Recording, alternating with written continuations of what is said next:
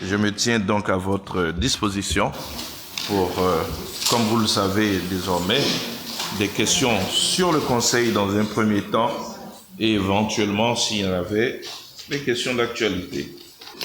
Je voulais revenir sur la situation au Moyen-Orient.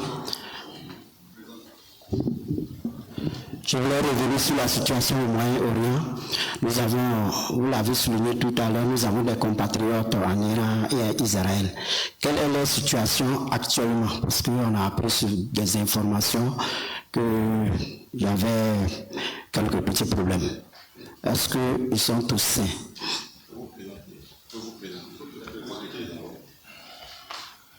Benjamin Soro, journaliste à l'Agence ivoirienne de presse. Le ministère d'État, ministère des Affaires étrangères, de la coopération internationale suit particulièrement la situation de nos concitoyens à l'étranger. J'ai pu, notamment donc en Iran et en Israël, j'ai pu vous donner le point exact des citoyens qui y sont. Pour le moment, nous n'avons pas donc d'alerte particulière. Nous savons que certains de ceux qui sont en Iran ont pu rejoindre donc la Turquie, une dizaine environ. Donc, c'est vous dire que si nous avons tous ces détails, c'est que nous suivons particulièrement la situation et nous aviserons donc le moment venu. Ce que vous devez savoir, c'est que la Côte d'Ivoire est toujours aux côtés de ses citoyens. Et chaque fois qu'il y a eu des situations, notamment la crise ukrainienne, vous avez vu donc tous les efforts que l'État a déployés. Donc nous sommes aux côtés des Ivoiriens, quels qu'ils soient et où qu'ils se trouvent. Bien, je peux prendre donc les différentes questions d'actualité si vous en aviez. Il y a comme le feu dans votre département, sinon dans l'une des chambres de votre foyer. Les journalistes sont impalables dans le cadre du processus de désignation de leur nouveau président à l'UNGCI. Ce qui devait être un moment démocratique et fraternel s'est transformé en crise ouverte. Ils s'étrippent depuis bientôt un mois et se sont trimballés même en justice. Quel message pouvez-vous lancer à vos anciens confrères? Je ne sais pas si ce sont mes anciens confrères, mais bon. Non, c'est une situation qui est déplorable et qui est regrettable. Nous nous souvenons de cette UNGCI où, à la fin du mandat du prédécesseur, on connaissait déjà le successeur parce qu'il y avait de la confraternité. Tout se faisait donc de façon consensuelle. Je note que, hélas, depuis quelque temps, ce consensus est brisé. Je déplore que au cours de ces processus électoraux, on en arrive donc à judiciariser donc ces élections. Je me souviens qu'il y a quelques années, un des votes a même connu la prison à cause justement de ces élections. Tout cela est bien regrettable à un moment où l'État a décidé de dépénaliser, donc je dirais, les délits de presse, que ce soit les journalistes eux-mêmes qui décident de s'envoyer en prison. Je peux vous dire que c'est un peu surprenant et c'est vraiment dommage. Pour des questions d'élection, je m'interroge encore. Toujours est-il que le ministère a été saisi par certaines parties. Nous avons eu 3 saisines et à partir de ce moment, nous avons essayé de rapprocher toutes les positions en les recevant tous. Je note qu'il y a une intransigeance de part et d'autre. Nous avons commis les anciens, notamment les anciens présidents, le Conseil des sages, le Cénacle donc des anciens journalistes, afin que ce linge sale soit lavé en famille entre journalistes. Donc, des discussions sont en cours. Donc, j'attends que tous ceux qui se sont proposés pour faire donc cette médiation arrivent à rapprocher donc les différentes positions afin de revenir donc à la confraternité et de revenir donc au consensus. Nous croyons en une union forte. C'est pour cela que nous avons toujours soutenu l'UNGCI chaque fois que cela était nécessaire. Vous vous souviendrez que les différents bureaux avaient fait des promesses qu'ils n'avaient pu honorer, des promesses de maisons, des promesses de voitures. Et bien avec la SDM, nous nous sommes engagés à satisfaire toutes ces promesses et nous l'avons fait. Nous l'avons fait parce que nous voulons une union qui soit crédible. C'est pour cela que nous avons tenu à évacuer toutes les promesses non tenues et que ceux qui devaient recevoir des maisons les ont reçus, ceux qui devaient recevoir des voitures les ont reçus, ceux qui devaient recevoir des ordinateurs les ont reçus. Donc, s'il y a un message, c'est qu'il faut que tout le monde soit habité par la raison. Je ne veux pas le dire avec ironie, mais bon, quand je vois ceux qui sont enclins à critiquer les politiques s'étriper pour des questions de liste électorale non validées, de candidatures contestées, non contestées, valables, je me demande où on est.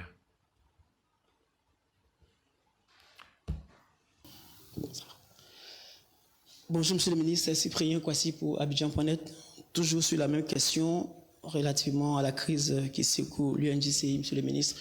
Déjà, je veux ici vous dire merci. Merci pour votre contribution, pour ce que vous faites pour l'UNJCI, surtout avec l'ASDM. Monsieur le ministre, moi je vais plus loin.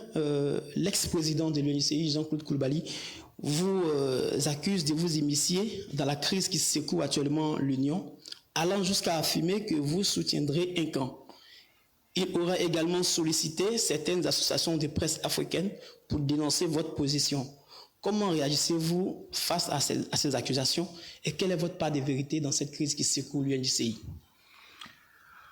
Je ne voudrais pas transformer ce compte-rendu du Conseil donc, des ministres en une tribune pour parler donc, de la situation de l'UNJCI.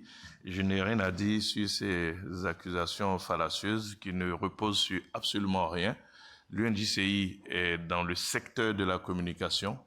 Nous avons été saisis par des acteurs de l'UNJCI et notre position est de ramener le consensus dans la maison. Il n'y a pas d'autre position. Maintenant, je laisse chacun à ses affirmations et voilà, je n'ai pas d'autres commentaires là-dessus.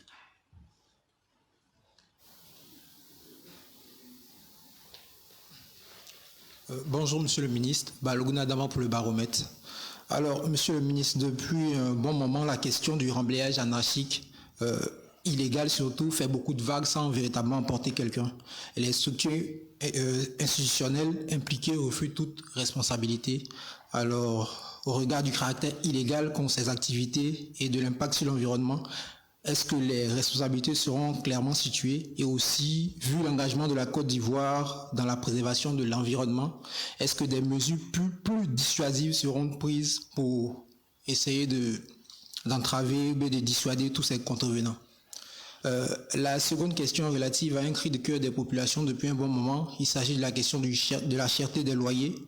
Alors, Monsieur le ministre, est-ce que c'est une situation qui est prise à bras le corps au niveau du gouvernement? Et un deuxième point également, c'est la coupure récurrente de l'électricité en ce début d'année. Alors, qu'est-ce qui explique cela? Est-ce qu'il y a des soucis particuliers à ce niveau?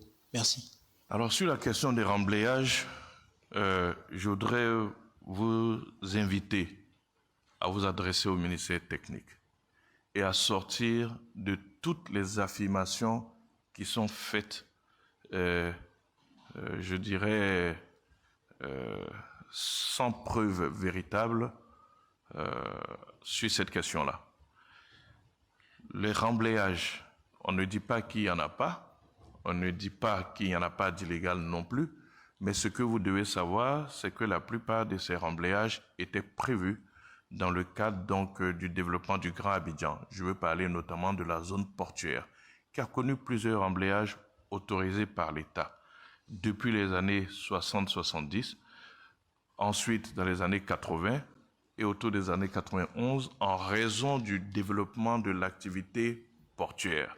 Donc, tout ce que l'on voit dans la zone portuaire, vous devez savoir que, en général, c'est un remblayage qui est autorisé par l'État. Ensuite, pour ce qui est donc des remblayages que l'on pourrait appeler d'illégaux, il y a des sanctions qui sont prises, mais le gouvernement saisi de la question a compris qu'il faut aller vers un renforcement de ces sanctions-là. Tout se fait selon la loi. Ce que la loi n'a pas prévu, on ne peut pas l'inventer. Ce serait rentrer dans l'arbitraire, ce serait rentrer dans une république qui, en tout cas, ne serait pas un état de droit. Donc, il y a des dispositions à prendre pour pouvoir renforcer donc, les sanctions pour ceux qui s'adonnent à des remblayages illégaux. Sinon, vous devez savoir qu'il y a des sanctions, mais elles ne sont peut-être pas suffisamment dissuasives. Donc, c'est pourquoi je dis il faut aller vers les acteurs. Les acteurs, vous les connaissez. Vous avez le ministère des Affaires maritimes, vous avez le ministère de l'Environnement. Allez prendre les vraies réponses aux questions que vous posez. Pour ce qui est donc de la cherté des loyers, le gouvernement a pris des décisions déjà pour fixer le nombre de mois que l'on doit payer en termes de caution et de mois d'avance. Après, le problème que l'on a dans la société libérale dans laquelle nous sommes, eh bien, c'est des transactions qui ont lieu entre des privés. Si vous décidez, en dépit de la décision donc, du gouvernement de payer plus de mois de caution de loyer, qu'est-ce que le gouvernement il peut, surtout quand il n'y a pas de plainte? Il y a une décision qui est prise, c'est à chacun de nous à veiller à ce que cette décision soit appliquée. Il y a une décision qui a été prise il y a bien longtemps, il y a plusieurs années, pour limiter le nombre qu'on appelle de mois de caution de loyer. Ça va plus loin. C'est même fixé dans le contrat de bail. Mais si vous partez louer de façon informelle, sans contrat de bail, une maison, quel contrôle voulez-vous que l'on puisse exercer là-dessus? Il faut qu'on en revienne à la responsabilité de chacun. L'État prend des décisions, il appartient à chacun de nous de faire en sorte que ces décisions soient appliquées, soient respectées. Pour les coupures d'électricité récurrentes, sous réserve donc de la réponse que le ministère des Mines, du Pétrole et de l'Énergie apportera, je voudrais quand même rappeler que ce n'est pas nouveau parce que chaque fois que nous rentrons dans cette période d'harmattan, de rareté, donc de la pluie, de chaleur, on a quelques problèmes, pas en termes de production. Aujourd'hui, la Côte d'Ivoire produit suffisamment donc d'énergie pour sa consommation, mais en termes d'équipement.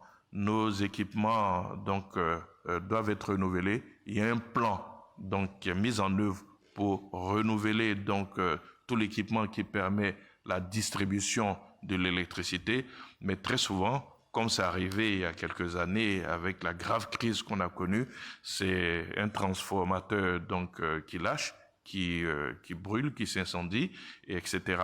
Donc nous sommes dans la même période de chaleur où les mêmes problèmes reviennent. Le ministère des Mines, du Pétrole et de l'Énergie donc est en train de mettre tout en œuvre pour renouveler donc notre réseau de distribution de l'énergie électrique. Donc nous pensons que à l'issue de la mise en œuvre de ce plan, dans quelques années, ce problème sera derrière nous. Monsieur le ministre, je suis Benjamin Soro de l'Agence ivoirienne de presse. Monsieur le ministre, actuellement nous vivons la chute drastique des cours du cacao sur le marché international. La Côte d'Ivoire est en train de se battre pour l'enlèvement des stocks et actuellement les paysans sont très inquiets. Quelle assurance le gouvernement peut leur donner? Et concernant la petite campagne qui doit commencer, est-ce que les prix seront rémunérateurs? Et monsieur le ministre, récemment, l'ancien président qui a reçu les producteurs, et il a dit comme ça, nous sommes les premiers producteurs de cacao au monde, mais les producteurs sont pauvres. Le planteur travaille dur pendant toute l'année et au moment de vendre son cacao, il reçoit des papiers à la place de l'argent. Quelle réponse? Je ne veux faire aucun commentaire sur les propos de l'ancien président, dont on sait comment est-ce que la gestion de la filière cacao s'est terminée. Ce que je peux vous dire, c'est que le gouvernement sera toujours aux côtés des producteurs. Le chef de l'État a pris un engagement qu'il a toujours tenu jusqu'aujourd'hui. C'est celui de payer aux producteurs 60% du prix CAF. Et c'est ce qui se fait jusqu'à présent. Au moins 60% donc, du prix CAF est payé aux producteurs. Donc, de ce point de vue, on peut saluer cette décision du chef de l'État qui, jusqu'à présent, est respectée. Au-delà de cela, vous savez que dans notre système de commercialisation, nous avons une forme de stabilisation qui permet de maintenir le prix donc aux producteurs. C'est ce que nous avons fait en maintenant le prix à 2800, bien que au niveau international, les cours aient chuté et se soient retrouvés donc bien en deçà de ce qui nous avait permis de fixer ce tarif-là. Le ministre de l'Agriculture a annoncé qu'on allait très bientôt ouvrir donc la campagne intermédiaire, donc cela va se faire. Le Conseil Café et Cacao va incessamment faire une annonce du nouveau prix. Je reste persuadé, connaissant l'engagement du chef de l'État de payer aux producteurs au moins 60% du prix CAF, donc à l'international, que cet engagement sera tenu une fois de plus et on peut considérer donc que ce sera très certainement un prix rémunérateur par rapport en tout cas à cet engagement du chef de l'État. Voilà ce que je peux vous dire sur cette question de fixation du prix du cacao.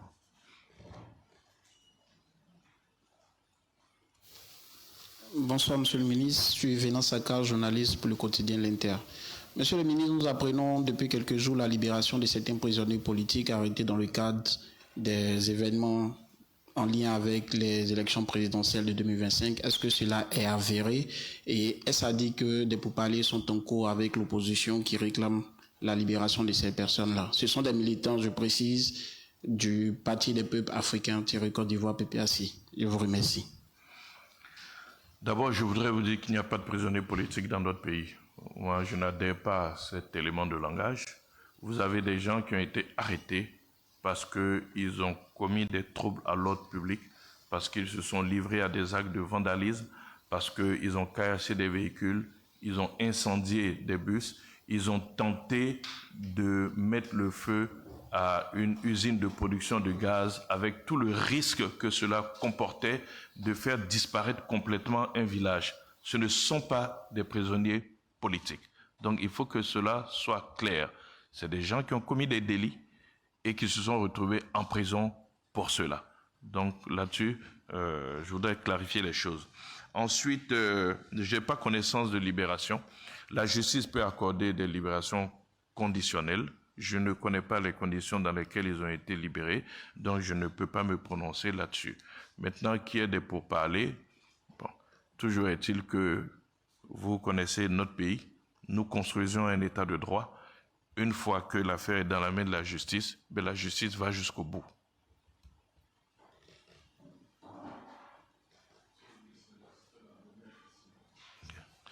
Je vous remercie pour votre participation à ce compte-rendu du Conseil et je vous souhaite un bon appétit pour ceux qui ne sont ni chrétiens ni musulmans ou qui ne jeûnent pas en tout cas.